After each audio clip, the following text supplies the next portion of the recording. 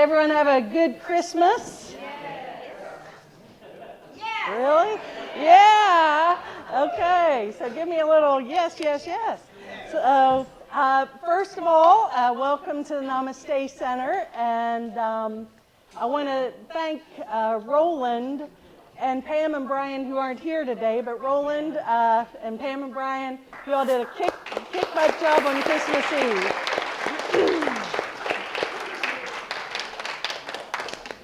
So thank you. That's what it's all about, is sharing the opportunities to bless each other, which is really wonderful to see. And I know we had a great turnout. Unfortunately, I was home in bed, but feeling better, and life is good. So before I go into any announcements, I'd like to welcome any visitors. Of course, today we have Dale Hoffman. We're very excited to have you back. And his wife, Loretta, great to see you here. Good to see you. So has anyone in this section never been here before? Yes, ma'am. Emily Reasoner. Emily, great to have you here. Welcome. And who's? Yes. Ariana Zaria. Well, welcome. Thank you. And where are you from, Emily? Around here. Oh, okay, around here. What about you? You're from planet Earth, right? Okay, good to see you. For a decade, I'm from Greenville, South Carolina. Well, I'm glad you made the trip up. Great. Jeff Richards. Jeff Richards. I live in Mills River. And who's your mom? Suka. Yeah. Well, great to have you here. Anyone else in this section? Okay. How about in here? Who's here for their first time today? Don't be shy. Okay. Sam Letters From where? Clemson. Wow, I made a trip. Yeah. Sam and Susan. Yeah, great to have you here. Welcome. And anyone else in this section? Never been here. Okay, and over here? Okay. Cell phones, please silence them. That would be great if you don't mind to do that. And we are just about at the end of our year, which is very exciting. It's been a great year. Looking forward to our Burning Bowl, Letters to God, and Drumming Circle this week. And I'll get into that in just a moment. But I want to give you all an update on my breakdown last week. I think that's really what brought on this little bit of, anyway, doesn't matter. I'm doing much better. I think it was just raw and too, like, wow. For those of you that weren't here, a week ago Saturday, I met with our landlord, and great guy, he informed me that he sold his building. He's a contractor and owns a cabinet business. And he said that he was planning on moving back here in February. So that, needless to say, was a bit of a shock to my system. And I really didn't know. He did assure me, though, that he would definitely work with us to transition and then put us into a new place. Well, what transpired is this. Here's where we are. Linda Group, after the service, thank you, God. Thank you, Linda, had offered Highland Lake to us. So what we're doing is starting the first Sunday in February, our services are going to be at the Kudzu Cottage right in front of Seasons. So thank you for making that possible. That's awesome. And as a result, just keep in mind, a lot of our programs are going to have to be rescheduled for later in the year. Because we'll do a few things over at Leela's Garden in our office, but that doesn't really permit for some of the bigger things. But it's all going to work out. Our landlord, I spoke to him after last week.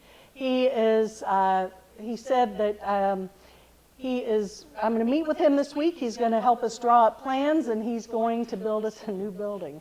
So how about that? That's pretty awesome. So it's amazing. I put up there on the board. I said, okay, God, I have no idea what to do with this, but I'm excited to see what you have in mind. And Spirit's taken good care of us, and I'll keep you abreast of everything happening. I'll keep it in the newsletter. So if you're not on our email list, let James know, and we'll for sure, I send it out every Sunday evening, so that'll keep you up to date on what's happening. So anyway, last week we had a great attendance. You'll see our offering and where we stand financially, and thank you, God, for all of our many, many blessings. This week I mentioned the burning bowl and drumming and letters to God starts at 7. Ed right there on the right, world famous drummer extraordinaire and flute guy. He's going to be leading us in drumming, and we'll do the burning bowl out here. It's really fun. And did some of you guys get your letters I sent back out that were here last year? That's always fun to get those. I just sent them out. I know that one came into our house yesterday because I sent Ellen's out. So you should, if you didn't get it yesterday, I'm sure you'll get it early this week if you sent one, if you did one last year. But we'll have a great time. And with this, if anybody is free to come help at 3 o'clock, set up, we have actually, besides, oh shoot, I lost that slide. Besides the burning bowl and letters to God, we actually have Denise and Dee who are getting married at 5 o'clock. So congratulations. And we are going to, what we're going to do is everyone is welcome to the ceremony. It's going to be beautiful.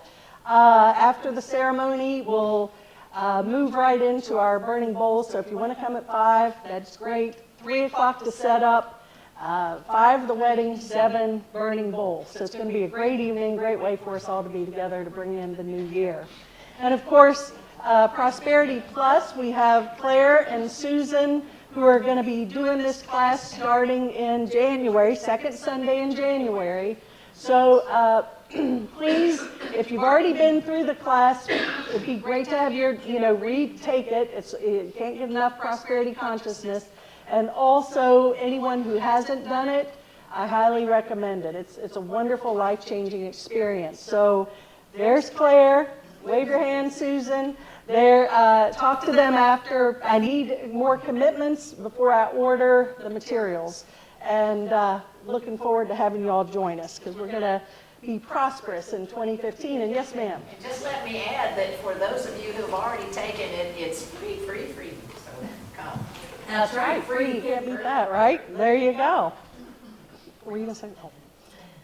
Oh. Also, next Sunday, Bob Sima. Oh, do you know him? Okay. So, Sima, thank you.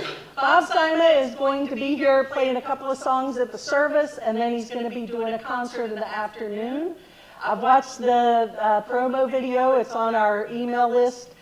He's wonderful. I gotta say, I've been doing events with Bob where we combine his music and my teaching and toning for the past 3 years. We just did one in Annapolis, Maryland, a couple weeks ago. There's a lot of New Thought singers, songwriters out there. Bob is truly, the guy in the music is who he is, and he creates this space, this interdimensional experience that I can't even put into words, so it's not something to miss. Okay. So there you go. Thank you. Thank you for the, because I don't know all that. Thank you, Brian Chrissy, for arranging this, and I'm looking forward to it. So next Sunday afternoon, make sure you mark your calendar. We also, I'm starting my first ADL ministerial class is the 10th of January, 1 o'clock over at our Brooklyn Avenue office. If you're interested or curious, just show up. If you don't like it at the end of the day, you don't have to come back. It's just, you'll either want to do it or you won't want to do it. But it is a life-changing experience. And I think how many ADL reverends do we have in this room now? So we got several, and it's a wonderful, wonderful way of life, and I'm really grateful to have the opportunity.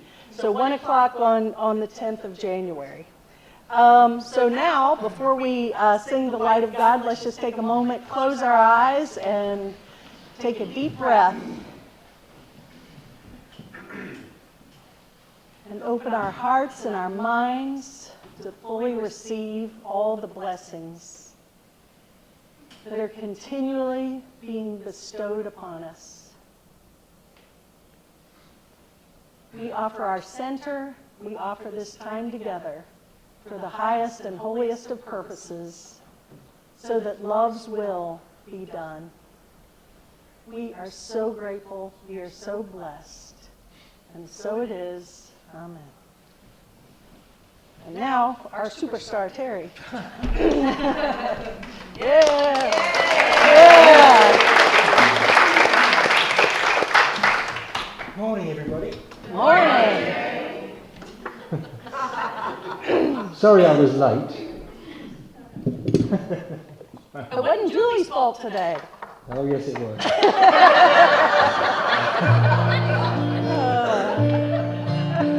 Roland, that's a little bit loud.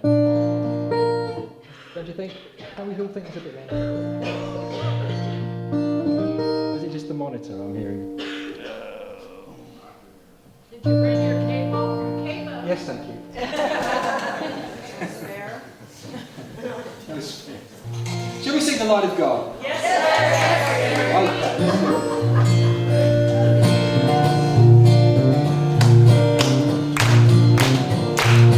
The light of God is in me, and it shines right up my eyes, making me a part of everything in the earth and sea and sky. And it makes me feel so happy, just to know I'm not alone. When you're a part of everything, everywhere is your home. Second verse. There's a light that shines within you and is with you every day, bringing love to everybody in the things you do and say. It's the reason that you're living. It's the force that drives you on. It's the stars up in heaven. It's your morning sun. The next verse is the same as the first, except it's 3 times louder. Ready? Yeah! I said, are you ready? Yes! Oh, the light of God is in me, and it shines right out my eyes, making me a part of everything in the earth and sea and sky. It makes me feel so happy, just to know I'm not alone.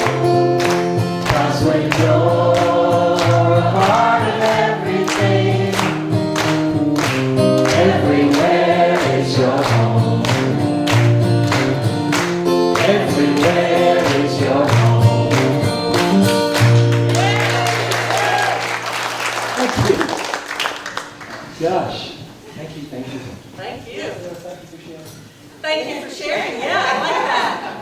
Yeah, I wanted to say thank you for everything over the Christmas, actually. For the great concert attendance that we did here with Free Planet Radio was wonderful. Yes, it was. And sold about 100 CDs, which is incredible. So I'm grateful for that. And thank you for everything, and thank you for sharing. This is a song called Thank You for Sharing. And if you haven't heard it before, it's kind of about, how we are obviously more enlightened than everybody else. And what's funny about that? And we've all tried everything else, haven't we? So yes, Terry. Yes, Terry. And this is a song about that. I tried. Dominus Vobiscum, and glory, hallelujah. Nam-myoho Renge Kyo, and honey, what's it to you? But there's a little phrase that helps me know that I'm okay. It's useful in relationships. I say it every day.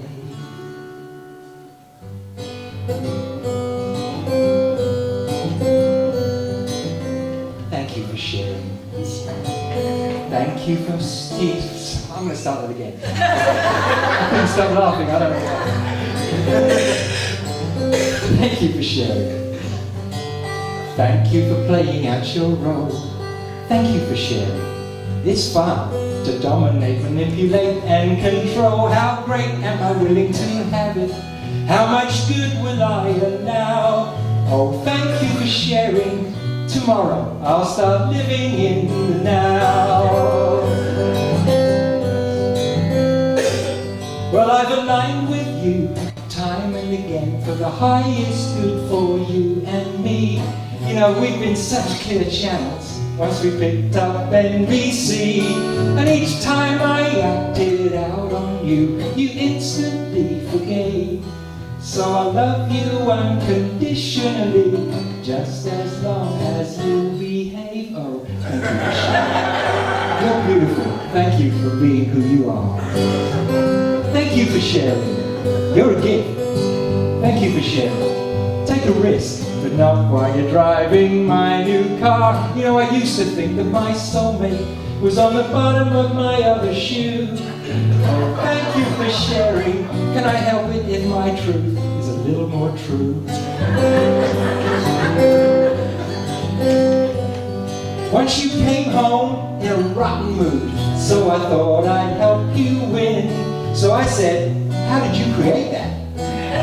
And you kicked me in the shin. And you said, well, how did you create that? And I didn't say a word, but what came up for me right then was, well, sometimes you can be a turd. Well, thank you. You know, turds are people too. Thank you for stating your case. Thank you for sharing. You're a gift. Now please, won't you get out of my face? You know, the synergy between us is a rare phenomenon. And now we both have someone we can dump our garbage on.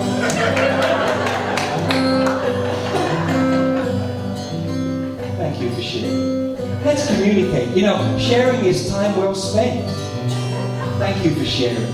I support you, but don't ask me to pay your rent. You know, you might want to look at that. Can you take feedback? Not today, huh? Oh well. Thank you for sharing. You're completely screwed up, and that's okay.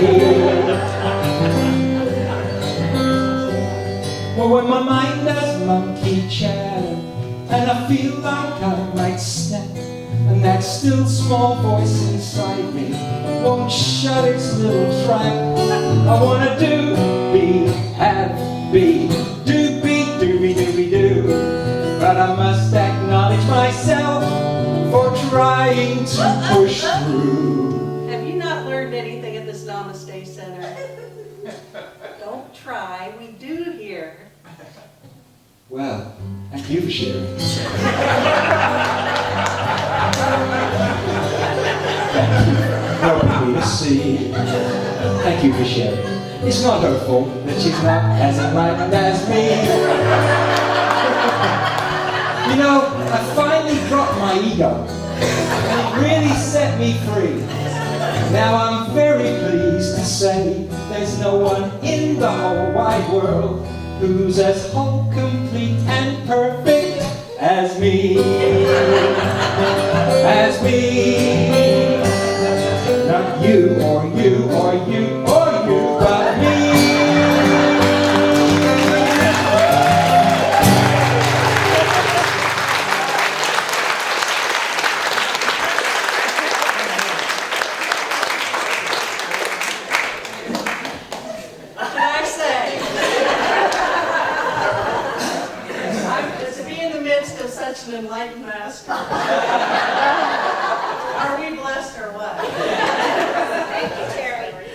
Yes, Terry. Yeah. Okay, let's take a moment and just breathe in all this good energy and just bask in it for a moment or two. And with each breath, our hearts open more and more. Our body is illuminated with light. And all is well.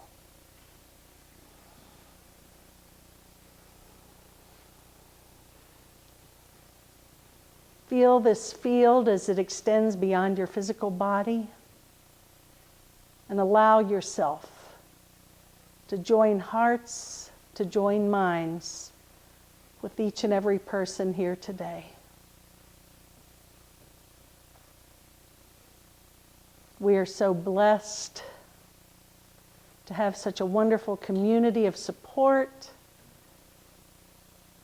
and brothers and sisters in spirit who join us on our journey to enlightenment.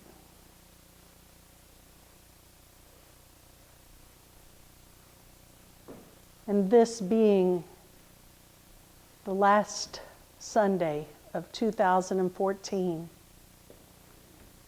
we give thanks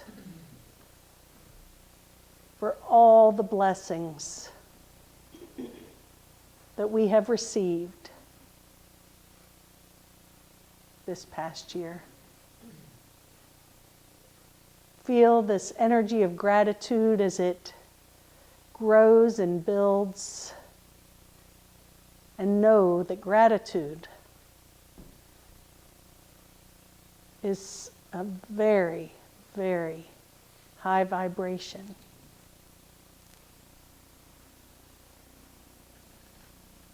Allow yourself to see and feel the blessings you have received, and be still with this process in this moment.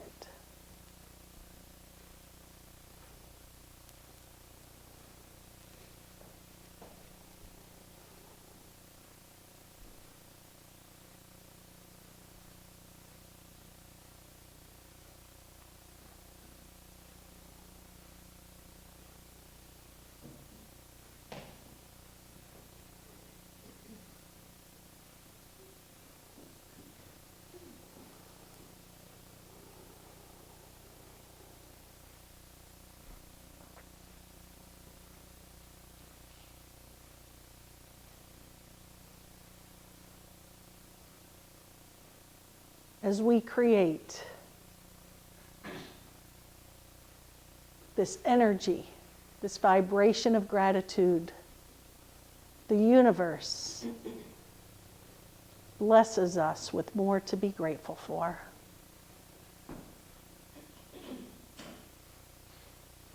May we commit fully to move forward in the new year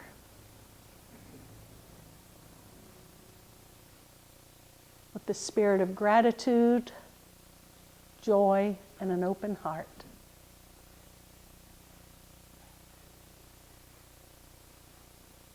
We place our future in the hands of God and know that there is a divine plan unfolding for each and every one of us.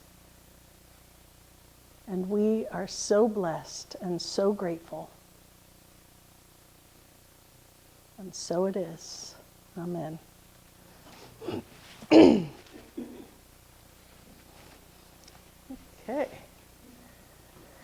Well, who is that? So, he looks like someone in the room. Who has heard Dale speak before? Oh, lots of us. Well, Dale is for sure one of our most popular speakers who comes here on occasion. I know last time, Dale, I don't know what happened. I thought we had that, but it doesn't matter. The universe had another plan, obviously. But I literally, we had fun that day. But we missed you because we thought you were coming.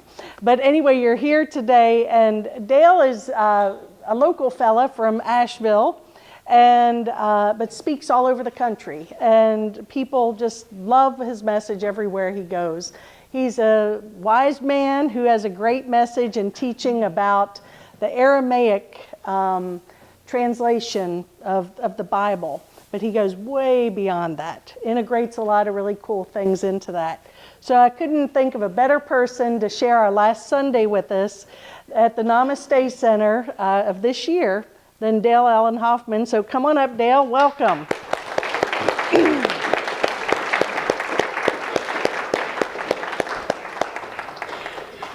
Okay. Good to have you here. Thanks. You told me I was going to have to get up in front of everybody. Oh, I forgot. You know, I would have been offended by your song, Terry, if I wasn't enlightened too. So. Just want to let you know that. And so as not to be one-upped by Charlotte's breakdown experience last week, I was in the hospital last Saturday with what was called a stress headache. And it's a funny thing because it was intense. I mean, scale of 1 to 10 pain, it was like a 9.9. That's nice. But the funny thing is that I've been out, I had just come back from almost 3 weeks of solid events all over the eastern U.S. telling people, be open, surrender to the process, let the wind blow through you, just be open, be open. And it's all smoke and mirrors, of course. And then, you know, then I'm wondering why I'm a victim to some sort of outside thing a few days ago. And it's amazing how many people I know of in the last week that had like it's been happening a lot lately the last couple of years. Of course, I'm pretty sure we all know that. And we love to label things. You know, of course, I'm the Aramaic guy. Charlotte's the golf course and miracles lady. Benjamin's astrology. Don't actually go outside of that. It's funny because an event that we had scheduled in Florida for next month was like someone pulled a plug on it because they looked at some of my YouTube videos and they said, oh, well, I think he's too religious for us. And I'm like, the entire focus of everything I do is to strip that away, but this is what happens. We ask for more light, we ask for higher consciousness, higher awareness, we're asking for faster vibration, etc.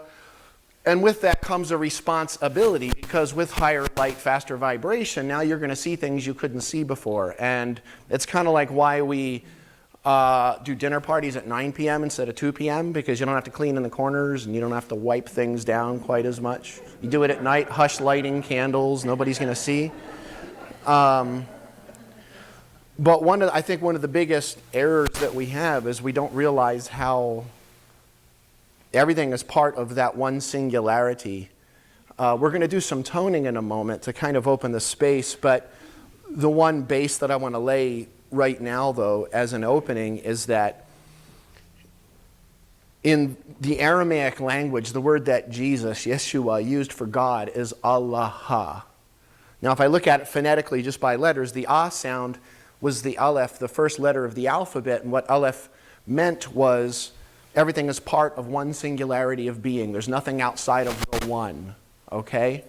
I can go further into that, but I'm not going to right now. The lamed or lamed, that letter L means movement, essentially.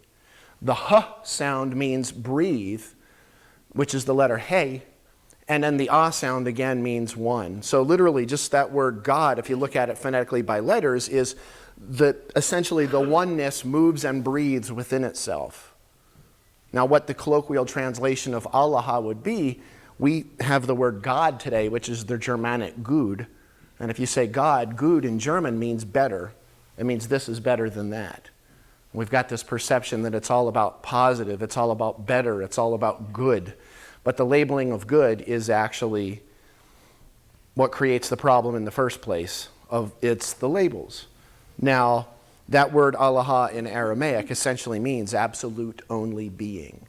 And the base that I wanted to lay before I went forward is that if you're not able to be open to that realization that everything is part of one singularity of being, you'll never understood anything that any of the masters said, and that includes yourself. You getting what I'm saying? You've got to be open.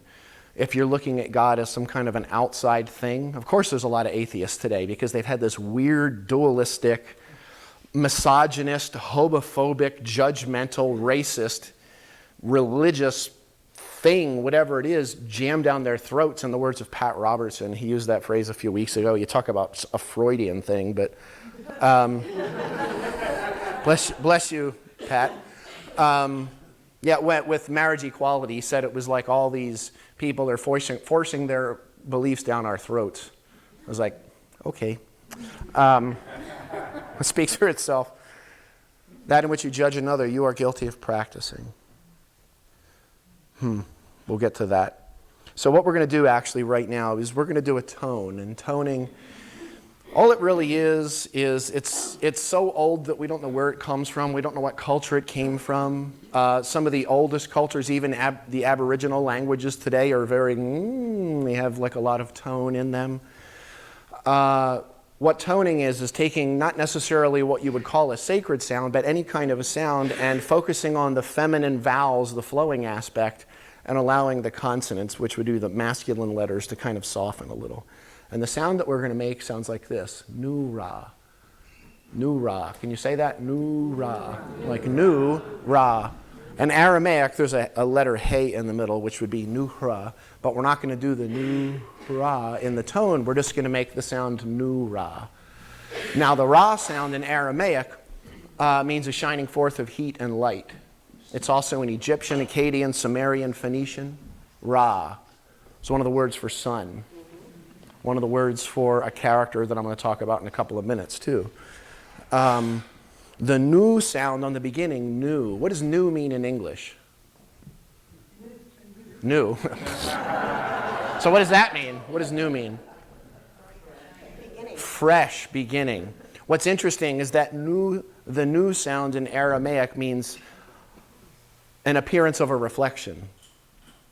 Okay? And it appears to be something new. But what's beneath that is there is nothing actually new in that way, so much as we have a perception that something new is emerging. It's the word for human light or human consciousness, nuhra, nuhra. It's also the word for moonlight. What's unique about moonlight versus sunlight? It's a reflection of sunlight. What's unique about human light versus the God light? Reflection. Okay, but we'll get back to that. What we're going to do right now is to simply make this tone. I'm going to do it once. Just listen. Let go of any kind of thought of performance. This isn't a performance. It's an expression. The quality of your voice means nothing. It doesn't have to sound like the Andrews Sisters or Boys to Men or something. Although it does sometimes, which is kind of cool. But just move that bar away. I'm sure Terry will be in perfect, absolute, enlightened harmony. But for the rest of us who... That was so awesome. I can't let go because I'm just trying to show you where you're wrong, okay? I'm here to help and save you. You understand that. So, smoke and mirrors. So, the sound's not important here in toning, which is funny. How could the sound not be important in toning? What matters is the presence that you bring it through with. It's not the creation that matters, because the creation is not separate. It's not actually new per se. It's simply the expression of itself. And what matters is that it's as calibrated and or as singular as possible from that non-duality. And if you allow that tone to come from that peace, that presence, that place of love and balance, it takes care of itself. However, if you try to make a perfect sound and you start to judge, oh, it's not quite good enough, it starts wobbling and wavering, and then all of a sudden you've got a mess. It's kind of like life. If you obsess about details that appear to be out there of what you're creating, you have this new idea that something needs to be corrected in that, and that, of course, will instantaneously refract back a world that needs correcting. And then you say, I'm a victim. Sort of like me about 8 days ago. So what I'm going to do is tone once, and I just ask that you just be open and listen to the first one, and then we're going to do it together 3 times, okay? This first one, just listen. Again, when it's your chance to come in for those 3, never mind about hitting this exact pitch or anything, okay? Just be open. The sound is nu-ra. Just listen to the first. Nu.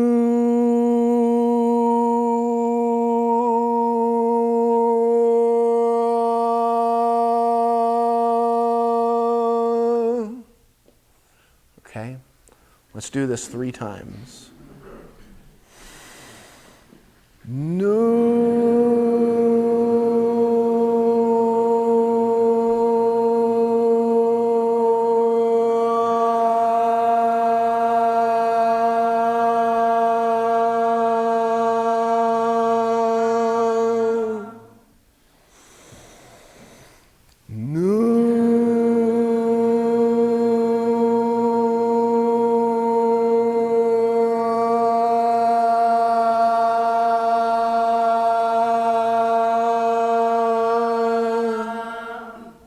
Last one, allow yourself to be wide open, okay?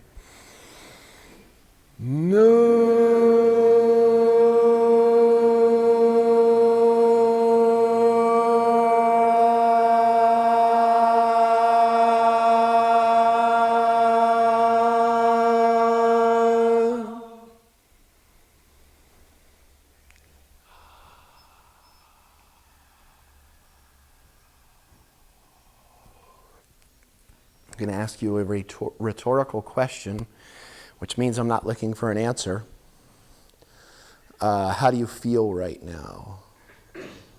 What I mean by that is scan the haikla in Aramaic, which is that word that means the conscious life energy, the gathering of conscious life energy. It was translated as temple. How does your temple feel right now? It's amazing how, even if I didn't tell you what Nuhra meant, you'd still feel this. Because it's not about the thing, the word, the definition, the concept. It's not about a religion or an ideology. It's about it. It's about the essence, the vibration. Now, talking about moonlight, sunlight, what's the only part of the moon that the sun chooses not to shine on? The back, right? That's a trick question. Snagged you that early. Nobody's going to answer questions now when I trick you in the beginning. The key word there was choose. The sun doesn't choose not to shine. The sun shines. The God light shines. Our light shines. However, the only part of the moon that the sun isn't able to hit or get to is the part that's turned away. Now, most philosophies will tell you, affirm that you're light and then turn away from darkness, turn away from what's not right. The problem in that is that that's what darkness means. Darkness means to not look, to not be able to process, to not be conscious of. I think we're missing a lot of that here in that sort of, it's this kind of last 20 years of New Age metaphysical book sales that's kind of told us that, turn away from darkness. However, we asked for more light, higher awareness, higher consciousness. And I said, with that comes the responsibility to be able to bring light into the darkness, because the only reason there is any kind of darkness in your world, if there is any, is because you have not brought your light to that. We don't bring light to darkness because what happens when we do that is there is a transmutation or a reintegration of something that's been cut off. And we basically say, in the words of Rabbi Michael Berg, you're standing next to a mountain and then you rip a rock from the mountain, and now you have a rock plus a mountain, but yet the rock is the mountain. And the judgment that this is somehow separate from that, it's in that duality that we start breaking down. Especially because the problem's in everybody else, isn't it? It's in everyone else. It's never in us. I love what Michael Rice says it best. He says, if something's happened to you 87 different times, no, I already let it go though, so don't worry about it. If something happens to you 87 different times with 42 different people, who's the only person that was there every single time? It's beautiful how we can just look at that sun and moon dynamic. And as an example, today, I think a lot of lay people that haven't really gone deep into it think of something like, say, mythology or religion or astrology as like thought processes. Interesting how a couple thousand years ago, they were actually, it was life, like astrology as an example. It wasn't just a belief in things happening. It was very unitive. It was something that we were very much merged with, that over time, there are people that are bringing us back to the realization that it's not a system that we're separate from, that we're observing, but it's part of that unitive vision. In the words of Joseph Campbell, he said this in 1973. He said that a perfect definition for the word mythology is other people's religion. And then he also said an equally good definition for religion is misunderstood mythology. He also said that in the Christian tradition, there's a particular issue in distinguishing between the sense of the term Christ and the sense of the term Jesus. Jesus is a reference to a historical character. Christ is a reference to an eternal principle. That word Christos, which was written with what you would call an X in English. If someone's offended by Xmas, that means, it means that they've never studied the religion that they're supposedly protecting, even though they don't know the history of it. The Christ energy was represented by a sideways cross, which we're going to talk about in a minute. But that word Christos in Greek, if you open up Strong's Greek Concordance, it says channel of divinity, or channel vessel or conduit, that which brings the separation back together, even though the separation never happened. It's that unity. That's what the unity is. Christ was not the family name, okay? And you ever notice, actually, since we're on that subject, what does the New Testament start with? Jesus' bloodline, right? Does he have a bloodline? He does have a bloodline? I thought he was the Son of God. Anybody notice who's right before him in the Gospel of Matthew in his bloodline? Joseph, his stepfather. Oops, I didn't think about that. It's not his bloodline. And in Luke, they do the same thing. They show Jesus to Joseph, then Adam and God. It's all right there in front of our face. You ever hear about secret? That word secret, secret societies, secret teachings. Secret doesn't mean you're not allowed to see it. What it actually meant, the word is sod in Hebrew. It means that it's been right there in front of your face the entire time, but you've only been seeing the code of your beliefs about it rather than it. You've never had a direct experience of it. And sod is the direct experience, which is what Christ is, not a label. Interesting that just a few days ago, had winter solstice. How many winter solstices are there? Ooh, good answer. That shows somebody that's actually read a book or something.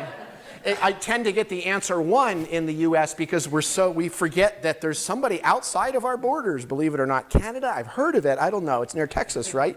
But a lot of people don't realize, like as an example, this sort of buckle of the Bible Belt, it's a big buckle. This Christian fundamentalist evangelical thing, whatever it is, it's American. It is something that's very faint outside of this country unless an American took it there. Interesting. People think that, and it's only about 3 or 4 decades old, and it's based on words that are actually European, that have nothing to do with the ancient Aramaic or even Greek words. Now, on winter solstice, of course, some neat things that happened around that time. I mentioned that Joseph Campbell, quote, that a perfect definition for mythology is other people's religion. A perfect definition for religion is misunderstood mythology. Now, I want to introduce you to a guy. His name is Horus.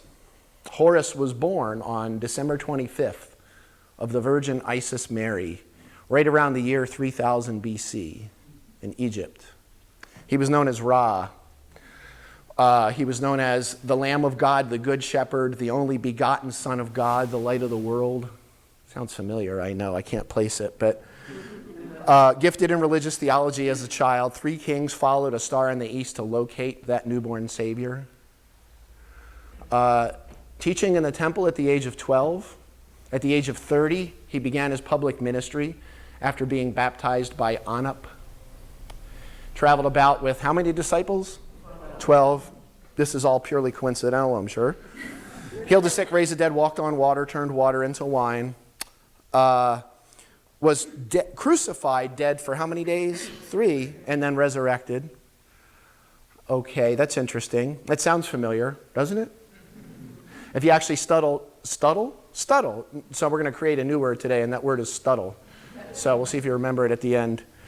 study the Council of Nicaea, Emperor Constantine was very clear, and it wasn't hidden, that they intentionally laid the Horus story on top of the Jesus story. And the Horus story is the same as Mithra, Dionysus, Osiris, which was Horus's daddy, and lots of different other mythologies that had existed for thousands of years, because it's an eternal message that's not about a person.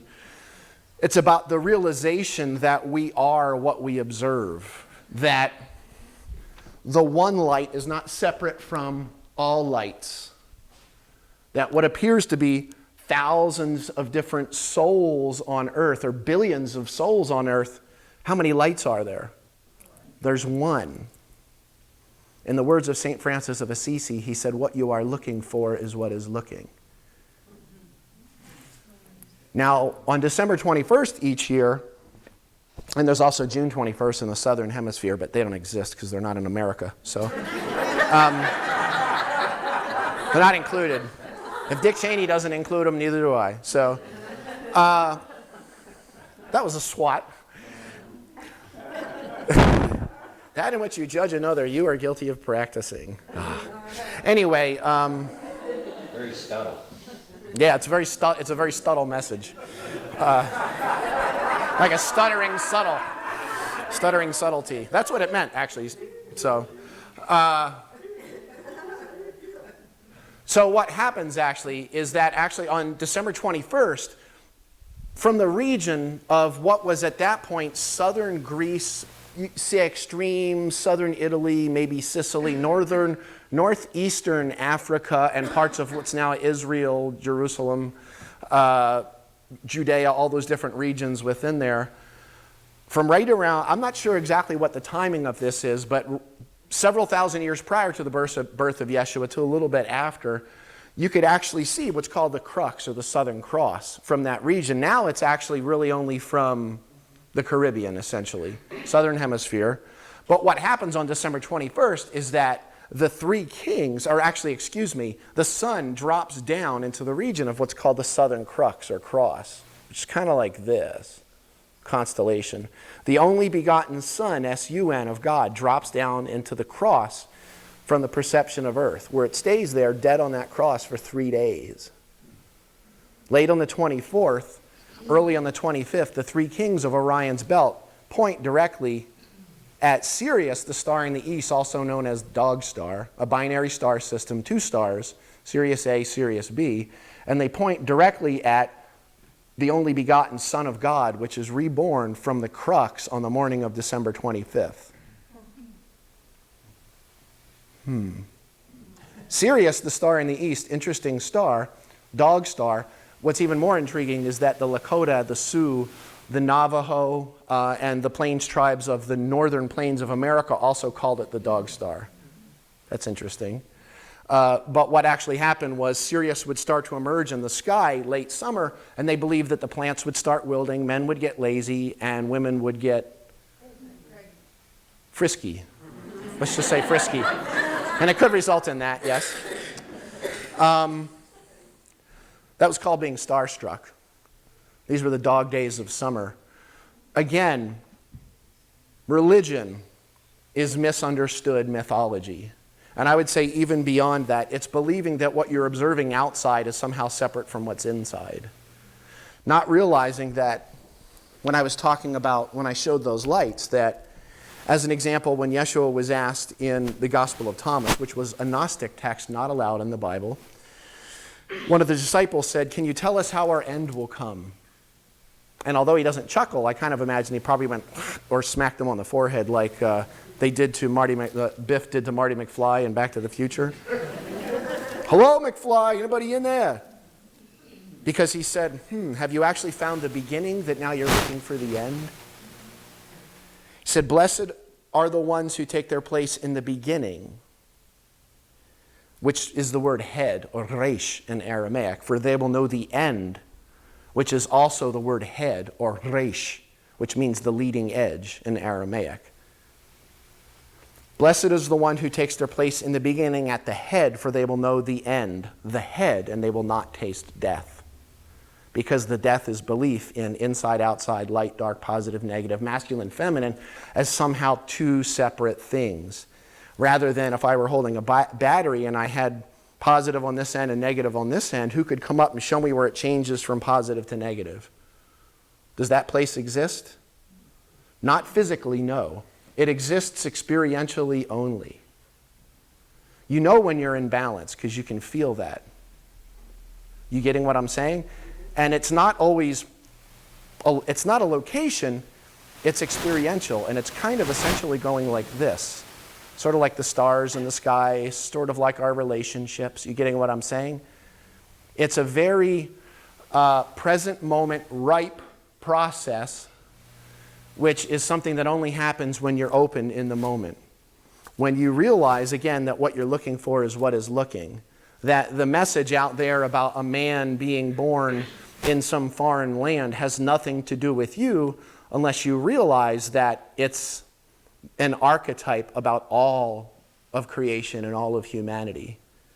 And if you're still observing a belief system outside of yourself or in your thoughts, then you still haven't done what was advised from any of the great spiritual masters of the thousands of years that they've been here, because you're still looking at something outside of yourself. And if you're looking outside, then you're still not realizing that there is nothing outside, not separate from you. When you look in the mirror, what you observe is not separate from that which is observing it. And yet that which is reflecting in that mirror is not what's real. You getting what I'm saying? So when I asked, as an example, I'm out there for 3 weeks, be open, surrender to the process, let the wind blow through you, in the words of the Lakota, and then all of a sudden, like a Mack truck hits me one day, and I'm talking about, I just can't understand this. Why is this working like this? What's with this headache thing?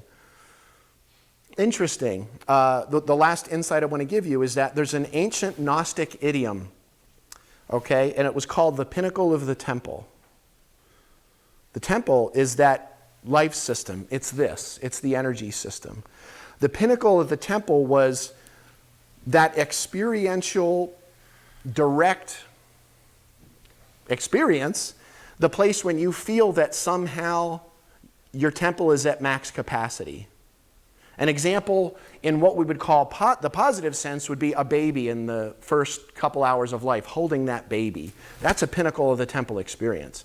Another experience would be public shaming or the death of someone you love dearly, a child. Cancel the thought. Do you understand what I'm saying? That feeling of overwhelm. Now, the pinnacle of the temple doesn't mean that a guy named Jesus climbed to the top of a brick thing and stood on the top and looked down and said, I'm going to throw myself into rocks and the angels are going to catch me so that I can prove I'm the Son of God. Oh, my God. Oh. Oy vey. It's like, hello. What that actually meant was, as an example, if you have a balloon and you blow into a balloon, when you first start blowing into that balloon, it's not that easy, is it? You got to culture it. You got to stretch it, and it's going to return a little, and it stretches, and then it returns a little, then it stretches and returns a little. When that balloon's at max capacity, the pinnacle of the temple, you can look at it, and you can see the places where there's some bluntness. Some of the rubber is more intense and thick. You can see places where it's a lot thinner. It's kind of like having a tomato. Most people, if I stood up here with a tomato, I think most people in the front row would start going like this if I'm going, ah. But that's exactly what's happening to us right now. But what's being squeezed is not us. It's our BS that's being squeezed. That means belief systems. I don't know what you're thinking, but... See what I mean? It's all smoke and mirrors. It's about being open. The religion or the spirituality of 3 or 4 decades from now is not going to look in any way like it does now. You can trust me on that. It's going to be a completely different thing. I'm no longer here for us. I'm here for your children. You're not going to pull her out of the room, are you? No. I'm realizing that a lot of people, as much as we want to be open and let go, the older generation had to die off before Moses and the Israelites could enter into the promised land. That word generation means root causes. The kids that are coming in, the ones we're labeling as autistic, hyperactive, ADHD, ADD, whatever that may be, that's us. But it doesn't have the shell on it that we have. We looked at the 50s and saw it in black and white and Leave It to Beaver, and we thought, okay, look at Barbara Billingsley. June Cleaver's always smiling when Ward gets home. She's just a happy lady and things were better in the 50s and now it's falling apart. No, they weren't showing you the 5th of Yukon Jack that she had in that little tiny drawer. That little drawer next to the fridge. And if you ever notice, when Ward pulled into that driveway, he was moving fast because he had one in his desk in the den. So as soon as she hears the car, she's like, and he walks in, "Hi, honey!" And we tend to look at things now as if they're falling apart. No, it's the same thing. It's just not under the carpet anymore. And now we can see what we couldn't see before. Trust me, if I was doing what I'm doing now in terms of religion, especially with the Jesus teachings in the United States of America, I would already be dead. And it would have been an accident. You get what I'm saying? Oops, I'm sorry, I didn't see him. I know, Dayglow, orange. Middle of the day, he was wearing flashing neon lights on his head and flapping his arms. I didn't see him, I'm sorry. It's not happening anymore. All we need to do is just stay open, be open. When you feel that you're clenching down and things are getting intense, that word was retranslated from rucha in Aramaic to spiritus ultimately in the Latin. Spiritus is spirit. In Aramaic, it meant more accurately breath. The root of most of the Jesus teachings was about coming back to your breath.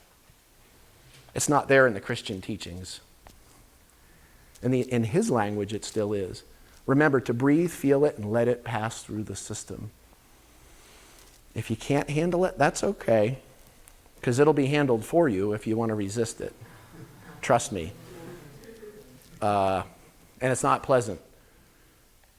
Just for the kids, let's stop indoctrinating them and dumping religion and all this information on top of them where they just become these like trash cans to spit out things like computers with inaccurate historical things and inaccurate grammar things. Study the English language. The laws of grammar that we were taught in elementary school aren't actually true, many of them.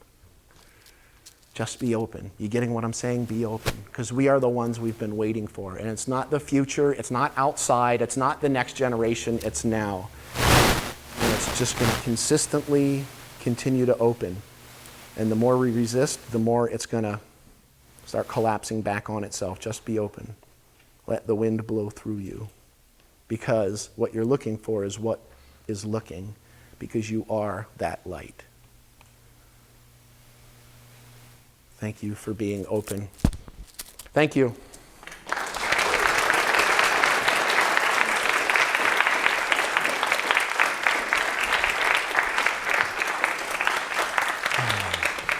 And as it says here, cake or death. The choice is yours. I'll take cake.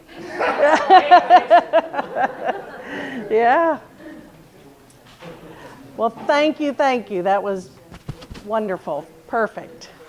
Good message for us to take into the new year, for sure. So if you'd like to bless your offering, I like to hold it next to my heart and bless it with my love and appreciation for this center and everyone who comes here. We offer these gifts as an extension of our love, our gratitude, our willingness to share our gifts, because we are infinite beings, blessed in so many ways. We ask that these gifts be used for the highest and holiest of purposes, and that they be multiplied both for the giver and the receiver. And so it is. Amen.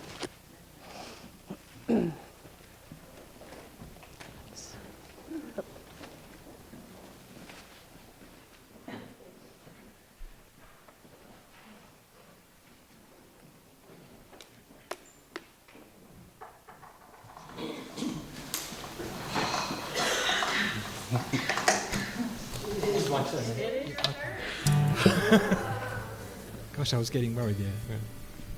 Anyway, this is this after putting Charlotte through the last song. I thought I'd do this one for her because I know she likes this one. And this is from one of my favourite people in the world, Mr. John Lennon. Yay.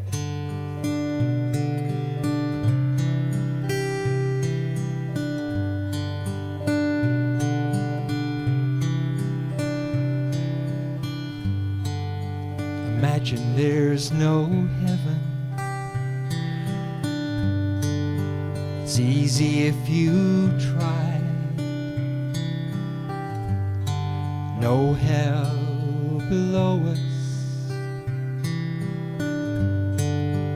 above us only sky. Imagine all the people living for today. Imagine there's no countries. It isn't hard to do. Nothing to kill or die for. And no religion too. Imagine all the people living life in peace. You may say I'm a dreamer, but I'm not the only one. I hope someday you will join us,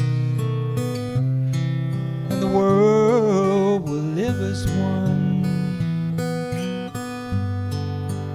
Imagine no possessions.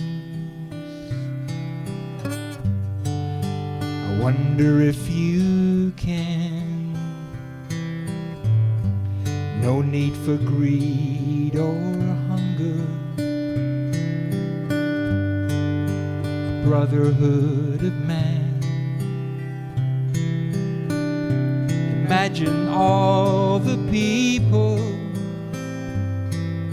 sharing all the world. You may say I'm a dreamer, but I'm not the only one. I hope someday you will join us, and the world will live as one. I hope someday you will join us, and the world will live as one.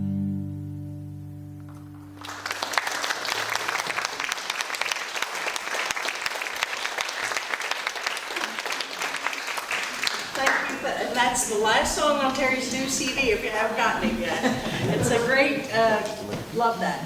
So proud of you, that's awesome. Yeah, well, let's stand up, make a big circle and join hands and sing our peace song.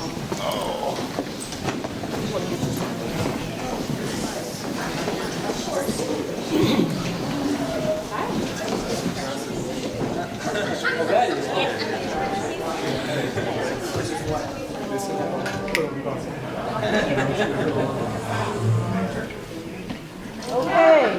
That's all right. Good, you got smart aleck newbie here. Yeah.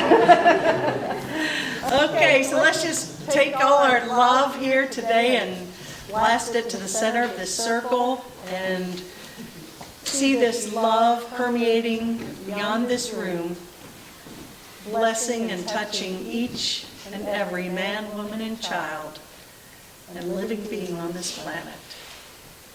We give thanks for all things and know the best is yet to come. And so it is. Amen. Let there be peace on earth, and let it begin with me.